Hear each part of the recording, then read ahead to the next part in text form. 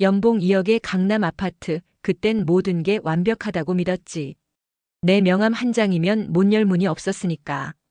박지우는 거울 앞에서 낡은 제복을 정리하며 중얼거렸다. 한때는 대한민국 최고 로펌의 변호사였다. 정장을 입고 법정을 누비던 그가 지금은 학생들 인사를 받아도 고개 한번 돌리지 않는 학교 경비원이다. 모두가 눈을 피했고 그 또한 다가오지 않았다. 정리해고라니 참 간단하더군. 한 장의 종이로 20년을 지우는 게. 53세. 법조계에선 늙은 나이고 고액 연봉자의 자리는 좁았다. 그는 수십 군데 이력서를 보냈고 수십 번 고개를 숙였다. 돌아온 건 모두 똑같은 답이었다. 적합하지 않음. 하루 이틀 거리를 서성이던 그는 결국 세종고등학교 경비원 채용 공고를 보게 되었다. 최종 합격 통보를 받고도 기뻐하지 못했다. 자신이 여기까지 왔다는 사실이 믿기지 않았다. 학교 첫날 그는 모든 눈빛을 피했다. 누군가는 무시했고 누군가는 지나치게 예의 바르게 굴었다. 그조차도 자신을 어떻게 봐야 할지 몰랐다. 그는 그저 일찍 출근하고 늦게 퇴근했다. 묵묵히. 경비 아저씨 무섭게 쳐다보지 마세요. 학생들의 장난 섞인 말에도 웃지 않았다. 그의 아내는 아직도 변호사 박지훈이 살아있었고 그 자존심은 허투루 무너질 존재가 아니었다. 밤이면 좁은 원룸에서 소주 한 병과 함께 과거를 되짚었다. 서랍 속 자격증과 상장을 꺼내보다 이내 다시 덮었다.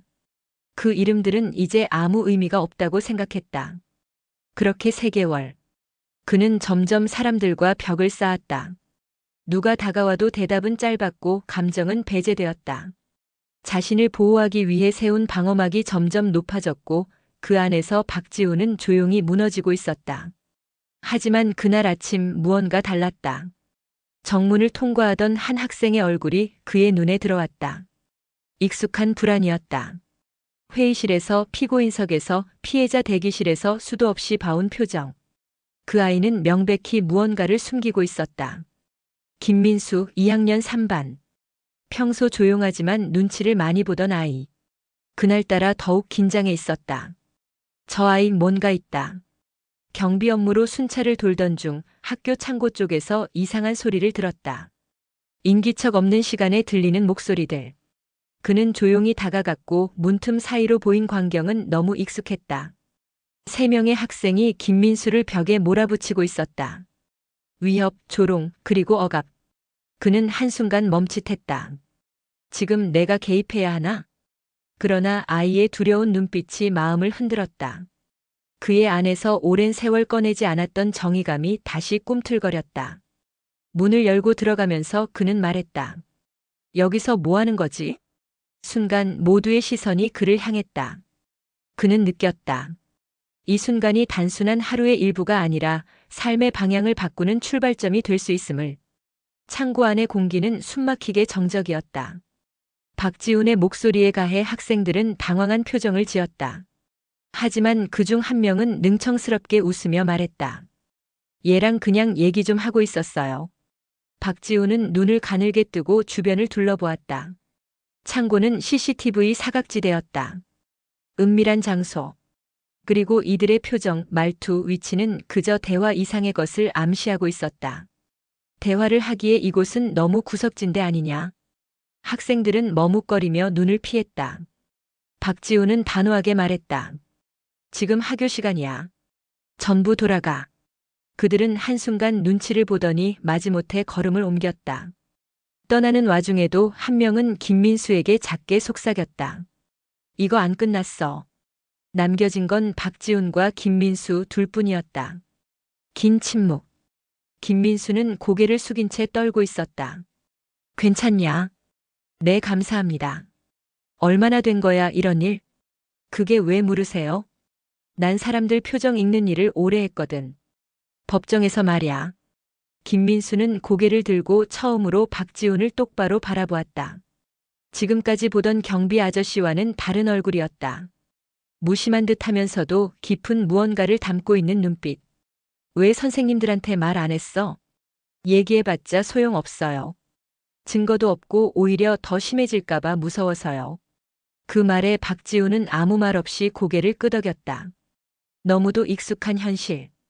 법조인 시절에도 그는 수없이 보아왔다. 피해자가 외면받고 가해자가 웃는 구조. 증거 없이는 아무것도 증명되지 않는 싸움. 증거가 있다면 바뀔 수 있을까? 무슨 말씀이세요? 내일 이 시간에 다시 여기서 보자. 아무한테도 오늘 있었던 일 말하지 말고. 김민수는 혼란스러운 표정이었지만 조용히 고개를 끄덕였다. 그날 밤 박지우는 노트북을 켜고 검색창을 두드렸다. 학교폭력, 소년법, 청소년보호법, 최근 판례. 잊고 있던 그의 세계가 다시 열리고 있었다. 책장 구석에서 낡은 서류 가방을 꺼냈다. 법무사 시절 쓰던 작은 녹음기, 초소형 카메라. 먼지가 앉아있던 그것들을 하나하나 닦아냈다. 언젠가는 다시 쓸 날이 올 줄 몰랐던 것들. 그 도구들이 이제는 한 아이를 위한 무기가 되었다. 다음 날 그는 더 주의 깊게 학생들을 관찰했다. 김민수를 노려보는 가해자들의 시선은 여전했고 위협의 기운은 교정 곳곳에 흐르고 있었다. 그러나 이번에는 박지훈의 눈이, 그의 지식이, 그리고 직감이 그들을 지켜보고 있었다. 이걸 가지고 다녀. 누군가 접근하면 이 버튼을 눌러. 작은 녹음기를 건네자 김민수는 놀란 눈으로 그를 쳐다보았다. 왜 도와주시는 거예요? 그냥 그래야 할 것 같아서. 박지훈은 더 이상 설명하지 않았다. 스스로도 그 이유를 정확히 알 수 없었다. 하지만 아이의 눈빛에서 무언가가 움직였고 그건 예전의 자신이 다시 살아나는 감각이었다. 며칠이 흘렀다. 박지훈은 김민수를 멀리서 지켜보며 조용히 기록을 쌓아갔다. 가해 학생들의 움직임, 말투, 습관적인 행동들. 법정에서 상대방의 빈틈을 찾아내던 그의 관찰력은 여전히 살아있었다. 점심시간 혼자 급식을 먹는 김민수 옆에 앉았다. 진전 있어? 그 애들이 요즘은 조심하는 것 같아요.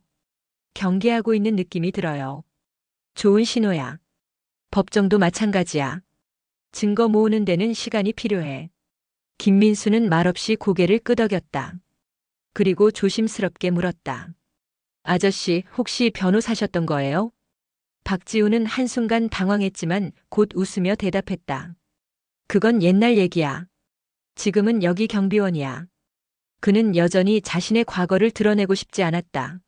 하지만 김민수와의 대화는 점점 그의 무너졌던 자존심을 일으켜 세우고 있었다.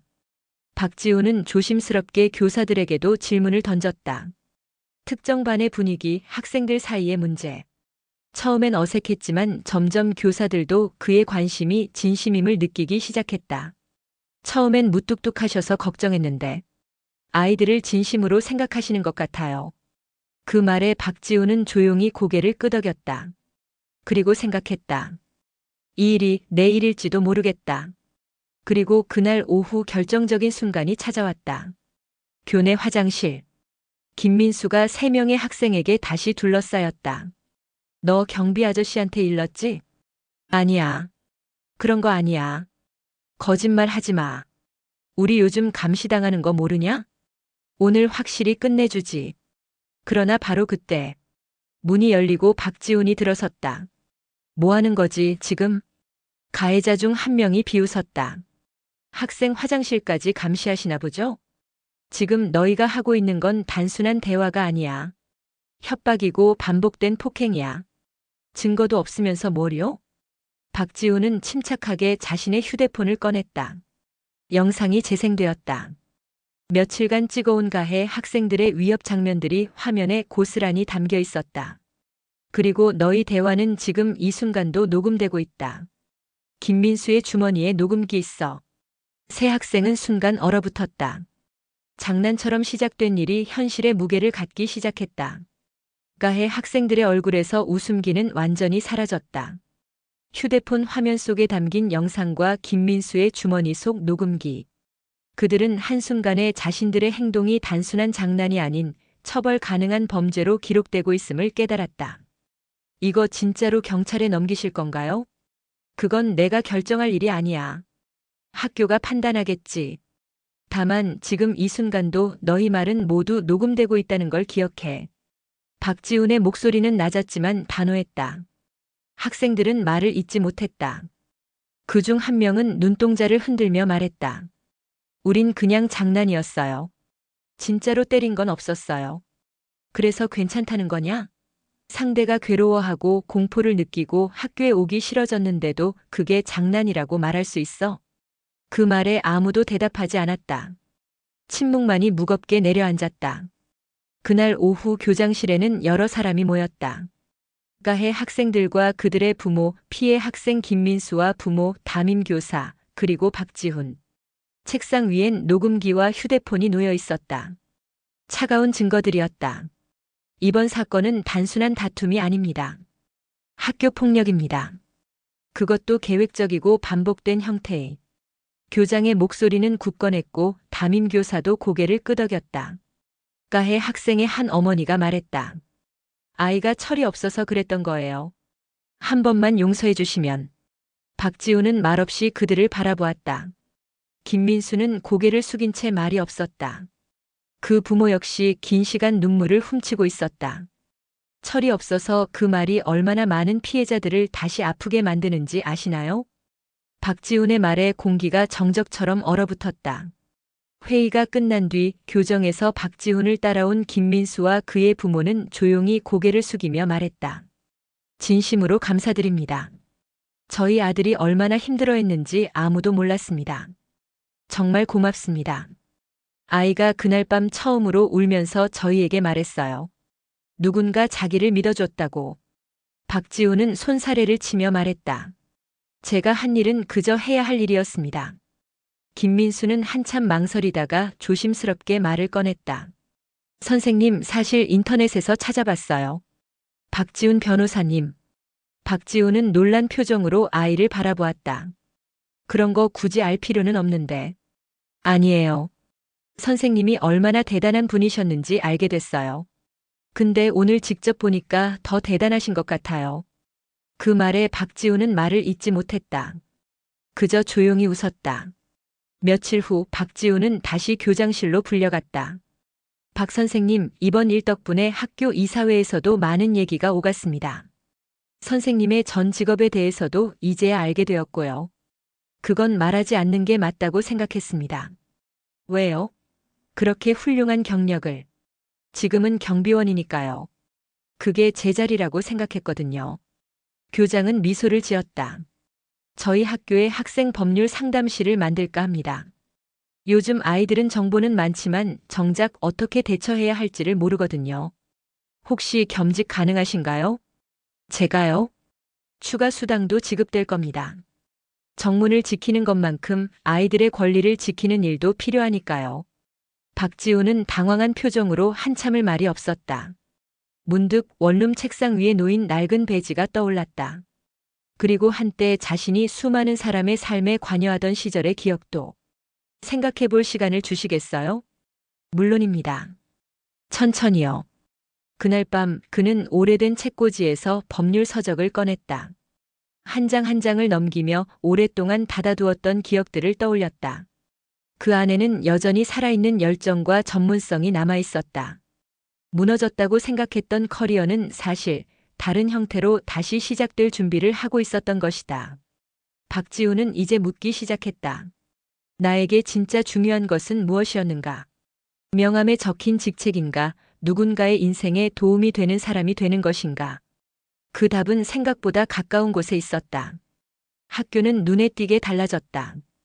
복도에서 마주치는 학생들의 인사 속에는 경계 대신 존중이 담겨 있었고 교사들 역시 더 이상 박지훈을 외부인처럼 대하지 않았다. 한 달 전만 해도 자신을 피하던 교사들이 이제는 먼저 말을 걸었다. 박 선생님, 지난번 상담 덕분에 그 아이가 마음을 열었어요. 정말 감사합니다. 박지훈은 고개를 끄덕이며 조용히 대답했다. 조금만 관심을 가지면 아이들은 스스로 바뀌는 힘이 있습니다. 그가 맡게 된 학생 법률 상담실은 작고 소박했다. 책상 하나와 의자 몇 개, 벽에는 간단한 법률 정보가 붙어 있었고 책장은 대부분 박지훈이 기증한 낡은 법률 서적으로 채워져 있었다.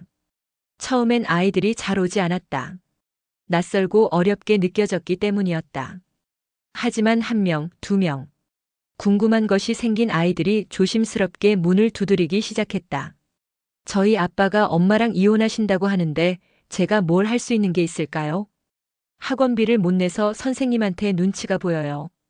박지우는 아이들의 말을 끝까지 들어주었다.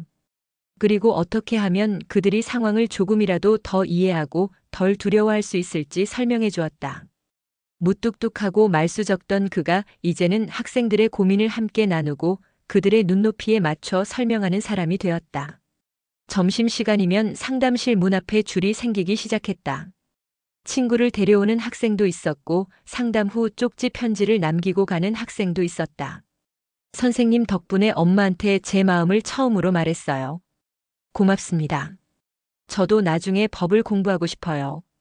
그는 책상에 엎드려 자고 있는 학생의 모습을 바라보며 생각했다. 이 아이들이 지금 겪는 혼란이 예전의 자신과 얼마나 닮아 있는지.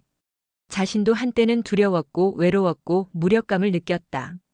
하지만 지금은 달랐다. 그는 그 감정들을 이해할 수 있었고 그 안으로 들어갈 수 있었다. 학교 시간 김민수가 상담실에 들렀다. 선생님, 저 법대 진학 생각하고 있어요.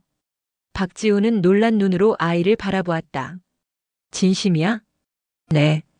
예전엔 그냥 대학만 가면 된다고 생각했는데 지금은 뭔가 하고 싶은 게 생겼어요. 누군가에게 도움이 되는 사람이 되고 싶어요. 박지우는 아무 말 없이 아이를 바라보다가 책장 위에 책 한 권을 꺼내 김민수에게 건넸다. 이건 내가 법대 시절에 밑줄 긋던 책이야. 이해하기 어렵겠지만 천천히 읽어봐. 김민수는 두 손으로 책을 받아들고 고개를 숙였다. 감사합니다. 진짜 감사합니다. 그날 저녁 박지우는 자신의 원룸으로 돌아와 오랜만에 작은 술잔을 꺼냈다. 창밖으로 교정이 보였고 학생들이 삼삼오오 하교하는 모습이 눈에 들어왔다. 그는 작은 미소를 지으며 혼잣말을 했다. 결국 내가 돌아올 곳은 이쪽이었나 보네.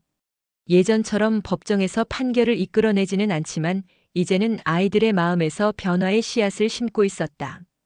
그것은 어떤 재판보다도 어떤 승소보다도 더 깊은 만족감을 안겨주었다.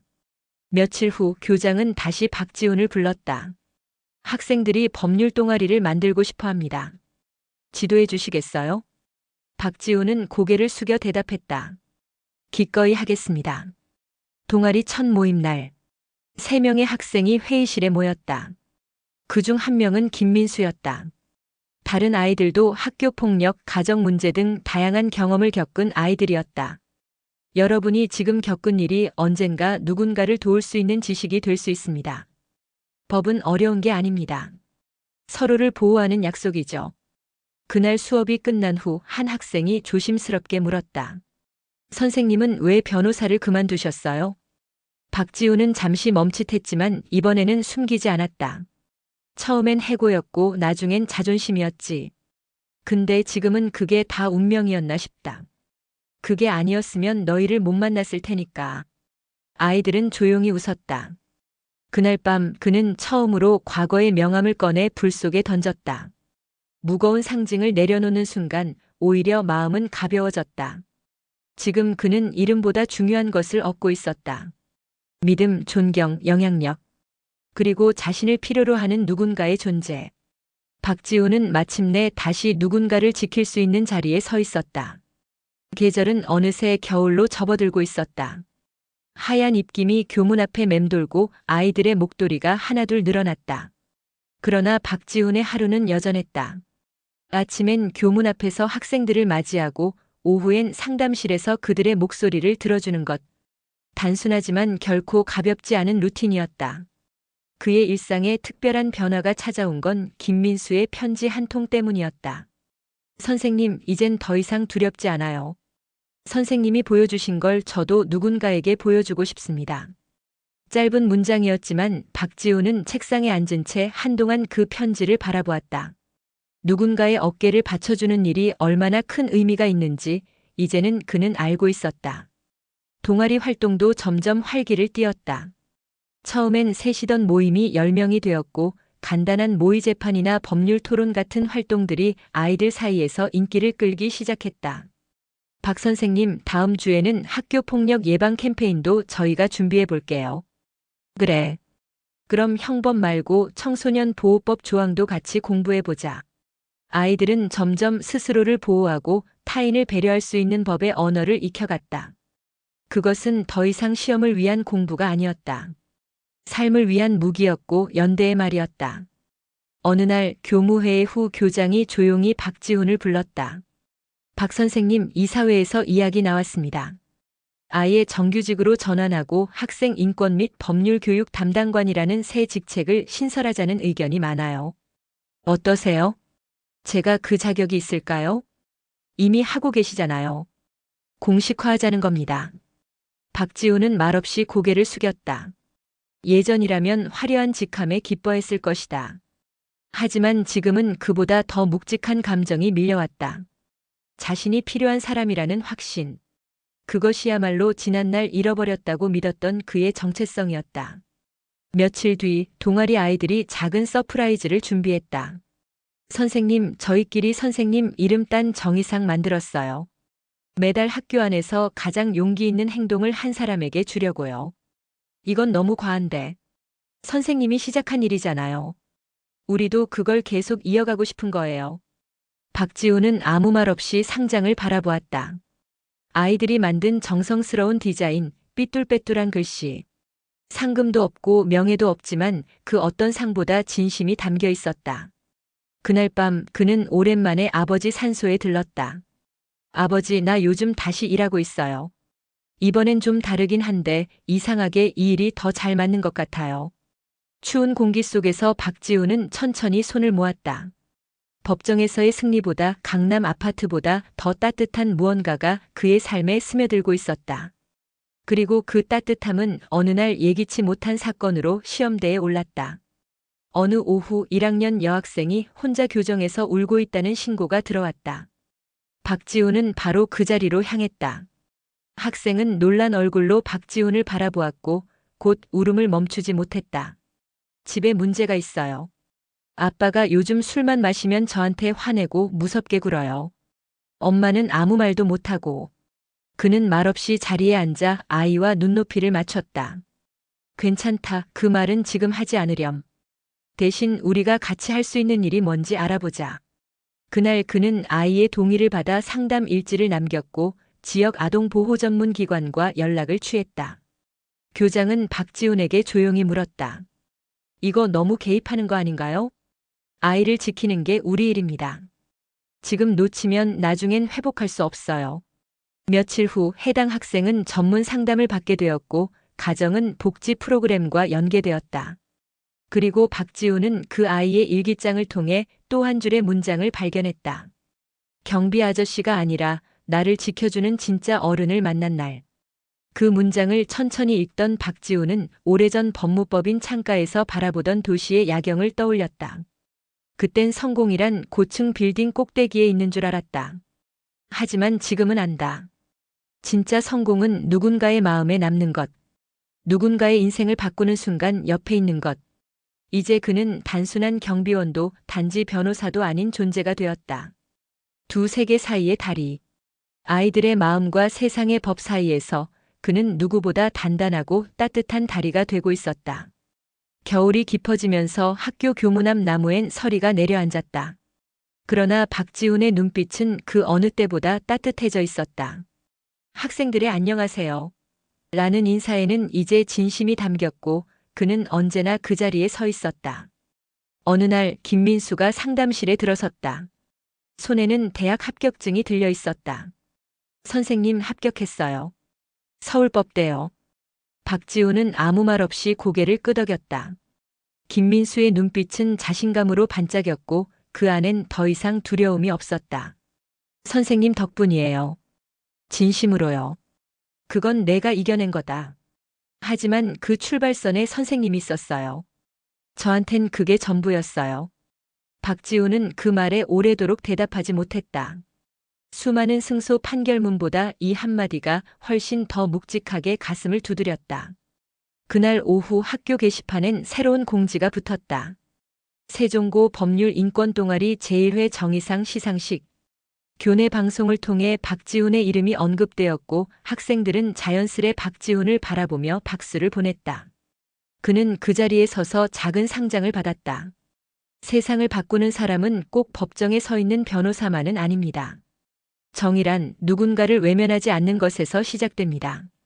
학생들은 조용히 귀 기울였고 교사들 역시 미소 지으며 고개를 끄덕였다. 그날 저녁 박지우는 원룸벽에 정의상 상장을 조심스럽게 걸었다. 그 아래엔 오래전부터 걸려있던 법무사 시절의 자격증이 있었다. 하지만 그는 어느 순간 그것을 내려 책장 아래 깊숙이 넣었다. 이제는 이게 더 어울리네. 며칠 후 졸업식이 열렸다. 김민수를 비롯한 많은 학생들이 꽃다발을 들고 교정에 섰다. 그들 대부분은 박지훈에게 다가와 인사를 건넸다. 선생님 덕분에 제 고등학교가 따뜻했어요. 법률 상담실 아니었으면 저 지금도 괴롭힘 당했을 거예요. 선생님처럼 살고 싶어요. 그는 그 말들 하나하나를 마음에 새겼다. 학생들은 하나둘 떠났고 교문 앞에 혼자 남은 박지훈은 잠시 멈춰섰다. 과거에도 미래에도 없는 지금 이 순간. 그가 인생에서 가장 존재하고 있다고 느낀 순간이었다. 봄이 오기 직전의 날씨는 서늘하지만 교문 앞의 공기는 어딘가 희망으로 가득 차 있었다. 그는 다시 교복을 입고 들어오는 1학년 신입생들을 맞이했다. 안녕하세요, 경비 아저씨. 어서 와. 길 잃으면 언제든 여기로 와. 아이들은 웃으며 달려갔고 그는 그 뒷모습을 천천히 바라보았다. 이제 그는 안다. 진짜 성공은 타이틀이 아니라 타인의 삶에 흔적을 남기는 것이다. 명함이 아닌 눈빛으로, 계약서가 아닌 온기로 사람을 지키는 것. 그는 변호사일 때보다 더 많은 사람의 인생을 바꾸고 있었다. 소송 없이, 법정 없이, 단지 진심으로. 박지우는 여전히 세종고등학교의 경비원이었다. 하지만 이제 사람들은 그를 다르게 불렀다. 학생들에겐 가장 신뢰받는 어른, 교사들에겐 공동체의 중심, 그리고 김민수에겐 삶을 바꿔준 멘토. 그는 조용히 교문을 닫았다. 오늘 하루도 누군가의 안전을 지켰고 내일은 또 다른 누군가의 마음을 지킬 것이다. 이제 박지훈의 인생은 가장 낮은 곳에서 가장 빛나는 정의를 실천하는 사람이 되어 있었다. 그리고 그 삶은 조용하지만 분명히 세상을 바꾸고 있었다.